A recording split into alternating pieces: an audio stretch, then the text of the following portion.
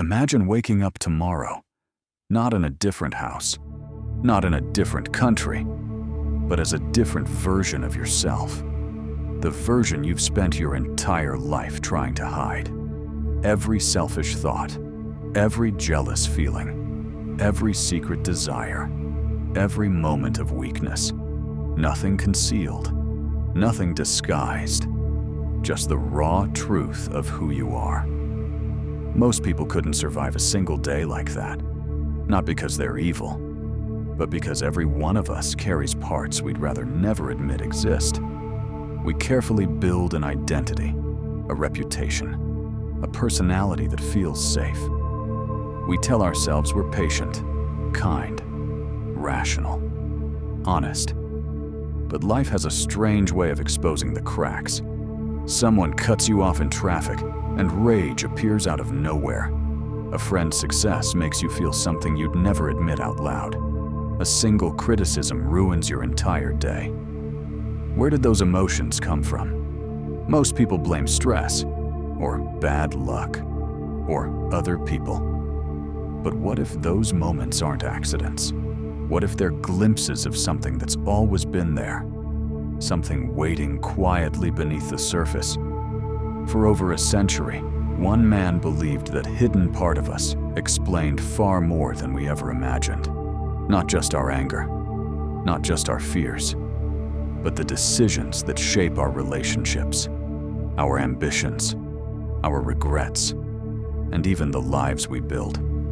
His name was Carl Jung, and he believed that until we confront this unseen part of ourselves, it doesn't disappear. It simply learns to control us from the shadows. The unsettling part: most people spend their entire lives believing they're making conscious choices, without ever realizing who's really making them. From the moment we're born, we begin learning a simple lesson. Some parts of us are accepted, others are not. A child laughs too loudly. Be quiet. A boy cries. Be strong. A girl gets angry. Be nice. Little by little, we start making invisible trades. We exchange honesty for approval, curiosity for acceptance, authenticity for belonging. Without even realizing it, we begin creating someone else. Not a completely fake person, just a carefully edited version of ourselves. The version that's easier to love, easier to trust, easier to fit into the world. You wear one at work, another with your friends, maybe even another with your own family. Most of the time, it happens automatically. You've worn these masks for so long that they no longer feel like masks. They feel like you. Carl Jung had a name for this. He called it the persona. Not because it was false, but because it was incomplete. The persona is the face we present to the world. It's useful, necessary even. Society couldn't function if everyone acted on every impulse they ever had. We need manners, discipline, self-control. But problems begin when we confuse the mask with the person wearing it. Because while we're busy polishing the parts we want people to admire, something else is happening. Everything that doesn't fit the image we've created gets pushed aside. The jealousy, the pride, the fear, the insecurity, the selfishness, the ambition we don't want to admit, the resentment we pretend isn't there. None of it disappears. It simply moves somewhere else. Imagine cleaning your house by sweeping every bit of dirt into a locked basement. From upstairs, everything looks spotless. Visitors compliment how clean your home is. But below your feet, the pile keeps growing. And one day, the door doesn't stay shut, because the mind works the same way. The more we reject parts of ourselves, the stronger they become. Not in the light, but in the dark. And that's where the real story begins. So, where do all those rejected parts go? If they don't vanish, if they aren't destroyed, then where are they? Jung believed they gather in a place most of us never think about. Not somewhere physical, somewhere psychological. He called it the shadow. Despite its name, the shadow isn't some evil force hiding inside you. It's much stranger than that. It's every part of yourself you've learned to deny. The confidence you were told was arrogance. The anger you believed made you a bad person. The vulnerability you buried because it felt dangerous. The ambition you kept hidden because you were afraid people would judge you. Piece by piece, those parts are pushed out of sight. But being ignored doesn't make them disappear. Think about your own life for a moment. Have you ever promised yourself you'd stay calm, only to explode over something completely insignificant? Have you ever met someone and instantly disliked them without really knowing why? Or found yourself repeating the same mistakes, the same arguments, the same relationships, even though you swore this time would be different? It feels random. It isn't. The shadow has a quiet way of stepping in when we least expect it. Not because it's trying to ruin us, but because it refuses to remain unseen forever. Imagine trying to hold a beach ball underwater. At first it's easy. You press down, you keep control. But the harder you push, the more pressure builds. Eventually, your hands slip, and the ball doesn't gently rise to the surface. It explodes upward. The parts of ourselves we suppress behave much the same way. The more energy we spend pretending they don't exist, the more power they gain beneath the surface. That's why someone who prides themselves on always being kind can suddenly become unbelievably cruel. Why someone who insists they're never angry can erupt without warning. Why the person who believes they're completely honest may spend years lying to themselves. The shadow doesn't wait for permission. It waits for weakness, for exhaustion, for moments when the mask begins to crack. And when that happens, we often blame everything except the real cause.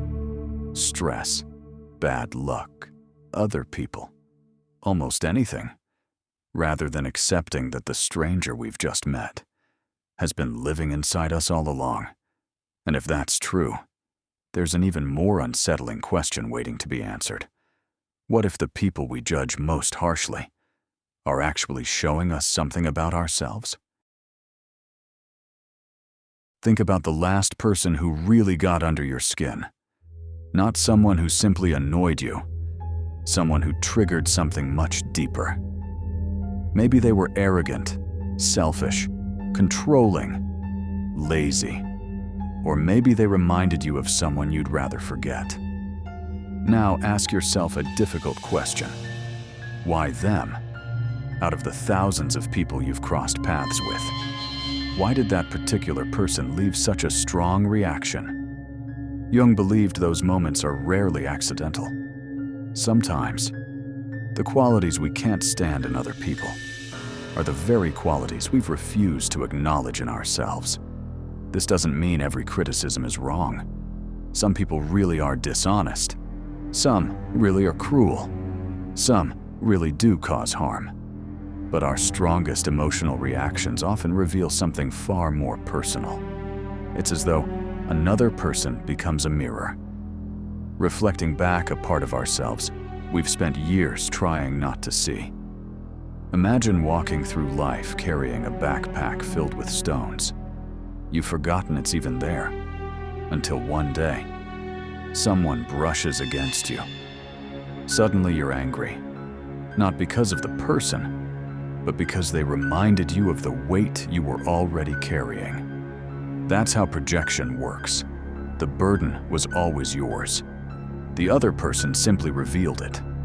This is why two people can witness the exact same situation and react in completely different ways. One shrugs and moves on. The other can't stop thinking about it for days. The event is the same. The hidden wound is not. The shadow has an unusual way of revealing itself. It rarely announces, "Here I am." Instead, It whispers, through jealousy, through resentment, through envy, through the people we can't stop talking about. The more emotionally charged the reaction, the more valuable it becomes. Not because it proves someone else is wrong, but because it invites us to ask a question most people never consider. What exactly inside me is reacting? That question takes courage, because it's much easier to point a finger outward than to turn it inward. And yet, according to Jung, that single habit may be the beginning of real self-knowledge, not by changing the world around you, but by finally becoming curious about the world within you. And once you begin asking those questions, you start to realize something unexpected. The shadow was never trying to destroy you. It was trying to get your attention. Carl Jung didn't believe people became whole by pretending to be good. He believed they became whole by becoming honest. That idea was controversial then, and it still is today, because most of us grow up believing the opposite. We try to become better by hiding our flaws. We avoid difficult emotions. We ignore uncomfortable thoughts. We convince ourselves that if we simply stay positive, the darker parts of us will eventually disappear. But Jung saw something different. After years of working with patients, listening to their fears, their dreams, their regrets, he noticed a pattern. The more someone tried to bury a part of themselves, the more influence it seemed to have over their life. It would surface in strange ways, an unexpected outburst, a relationship that always seemed to end the same way, a fear that made no logical sense, a dream that refused to go away. The unconscious has its own language, and if we refuse to listen, it finds another way to speak. Sometimes through emotion, sometimes through conflict, sometimes through the choices we don't even realize we're making. Jung often warned that what remains unconscious doesn't stay powerless. It quietly shapes the direction of our lives, not because fate has decided it, but because we're acting from motives we've never examined. Think about that for a moment. How many decisions have you made because they genuinely reflected who you are? And how many were driven by fear, by pride, by the need to be accepted, or by old wounds you never questioned? Most of us assume we're acting freely, but freedom becomes difficult when part of the mind is hidden from the person living inside it. That's why self-awareness isn't just an interesting idea. It's a form of freedom. The more clearly you can see yourself, the less you're controlled by what you cannot see. Jung wasn't asking people to become perfect. He knew perfection was impossible. Instead, he believed something far more realistic. That growth begins the moment we stop pretending we have nothing left to learn about ourselves. Because the greatest danger isn't having a shadow. Every human being has one. The real danger is believing you don't. The shadow doesn't arrive with a warning. It doesn't knock on the door. It doesn't tell you it's about to take control. Instead, it slips quietly into ordinary moments. A conversation, a decision, an opportunity, and before you realize what's happening, it's already speaking through you. Maybe you've spent weeks preparing for something important. A new job, a business, a relationship. Everything is ready. Then suddenly, you start finding reasons not to do it. Maybe I'm not ready. Maybe next month. What if I fail? It sounds sensible, responsible even. But sometimes, it's fear wearing the mask of logic. The shadow has a remarkable ability to disguise itself. It rarely says, "I'm afraid." Instead, it says, "I'm just being realistic." Think about how often we justify our behavior. We call it caution, patience, common sense. Yet beneath those explanations, there can be something much older, a fear of rejection, a fear of failure, or perhaps a fear of finally discovering what we're capable of. The same thing happens in relationships.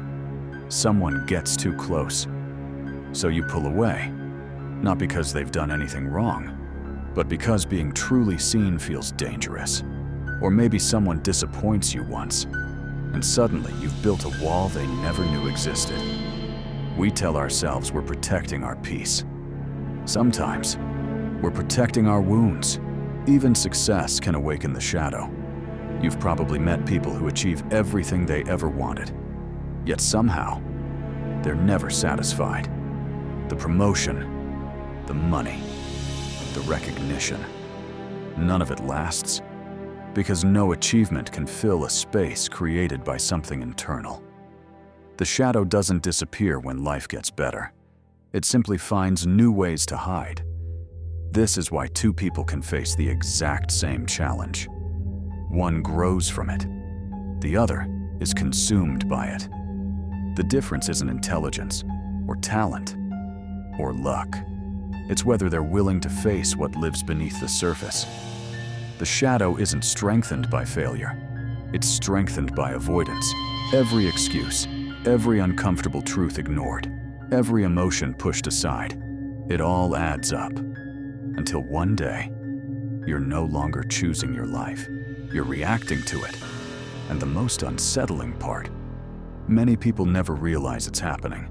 They spend years blaming their circumstances, without ever questioning the invisible force quietly shaping their decisions. The shadow doesn't only live inside individuals, it can spread through families, communities, entire societies. Imagine a village where nobody ever admits they're afraid. Fear doesn't disappear. It changes shape.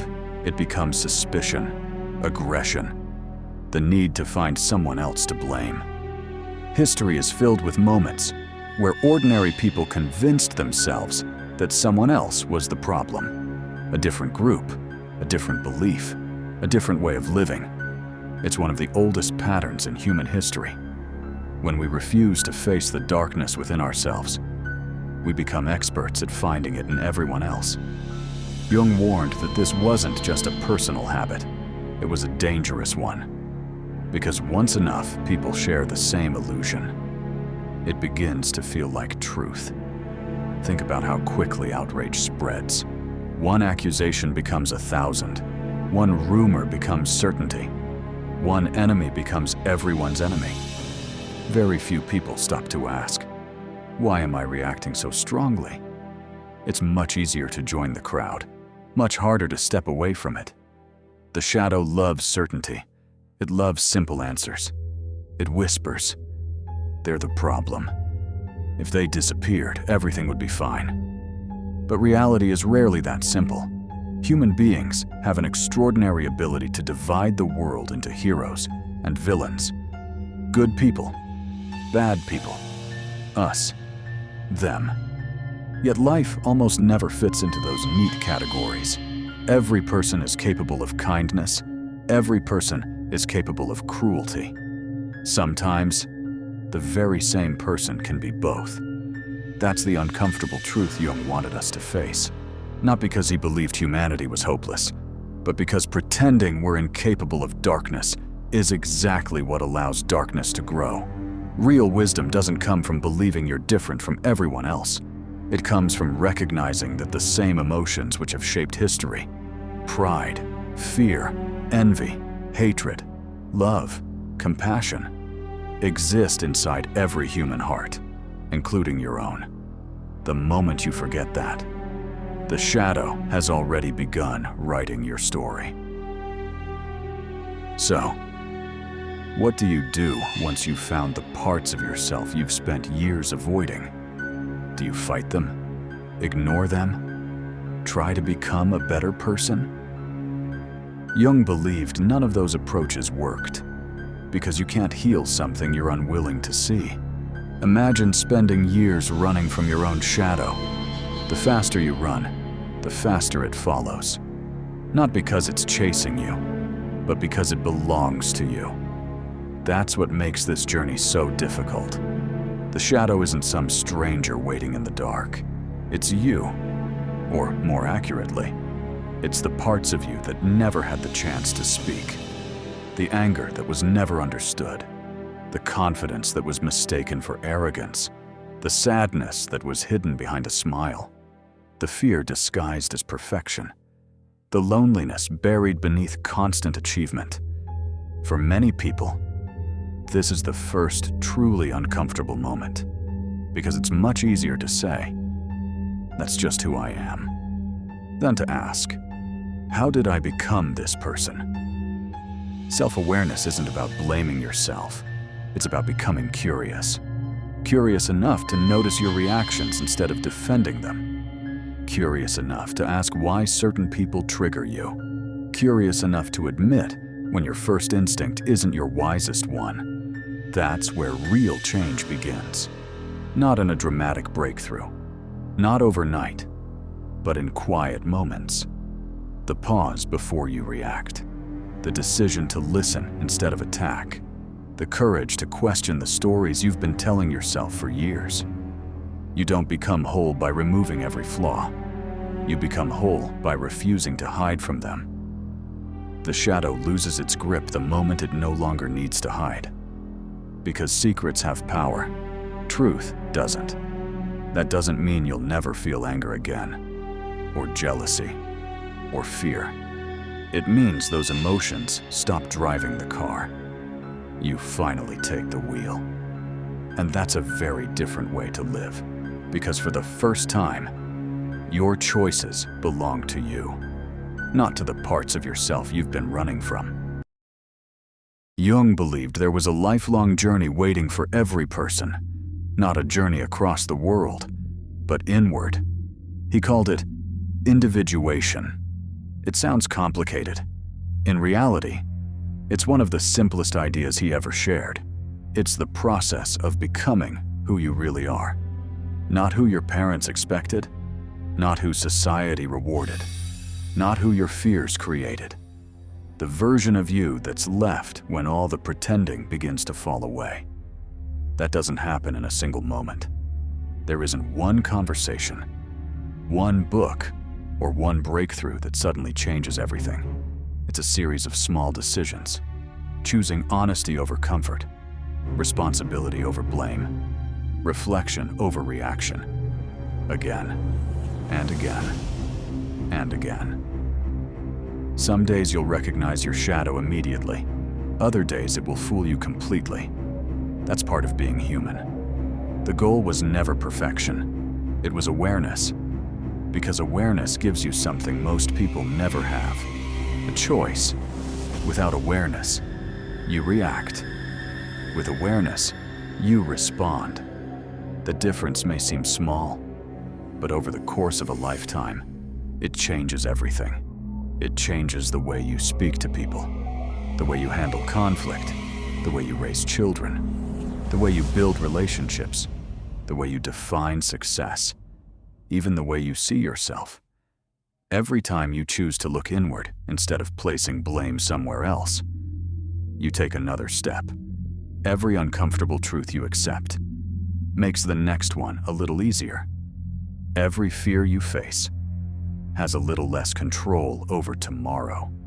This isn't about becoming fearless, or endlessly positive, or pretending you've finally figured life out.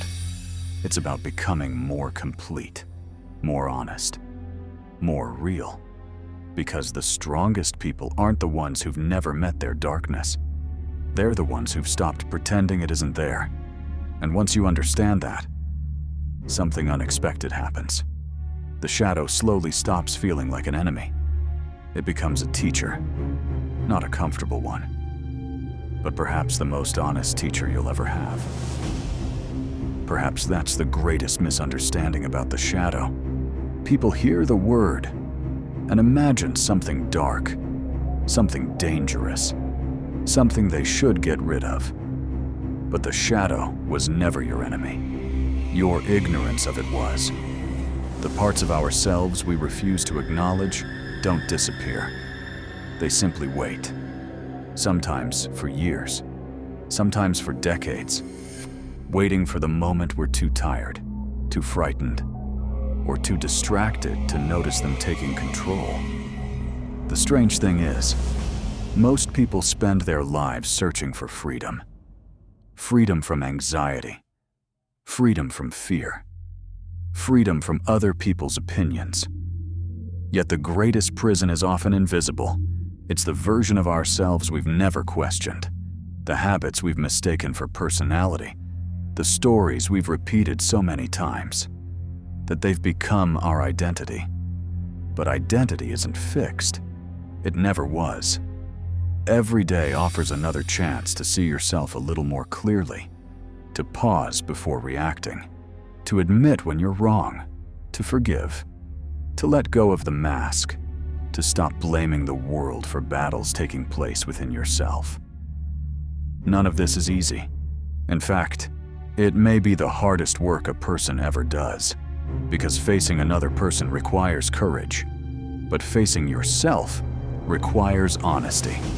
And honesty has a way of changing everything. Carl Jung once wrote, "Until you make the unconscious conscious, it will direct your life and you will call it fate." Maybe that's why so many people feel trapped, not because life has already decided who they'll become, but because they've never stopped long enough to discover who they already are. So tonight, tomorrow, or whenever life next tests your patience, pay attention. Notice the emotion before the reaction. Notice the thought before the excuse. Notice the part of yourself that's asking to be seen instead of hidden, because that quiet moment, that single moment of awareness, might change the course of your life more than any advice you'll ever receive. The shadow isn't asking you to fear it, it's asking you to understand it. And perhaps, the moment you stop running from yourself is the moment you finally begin becoming the person you were always capable of being. Thank you for watching. Until next time, keep looking inward.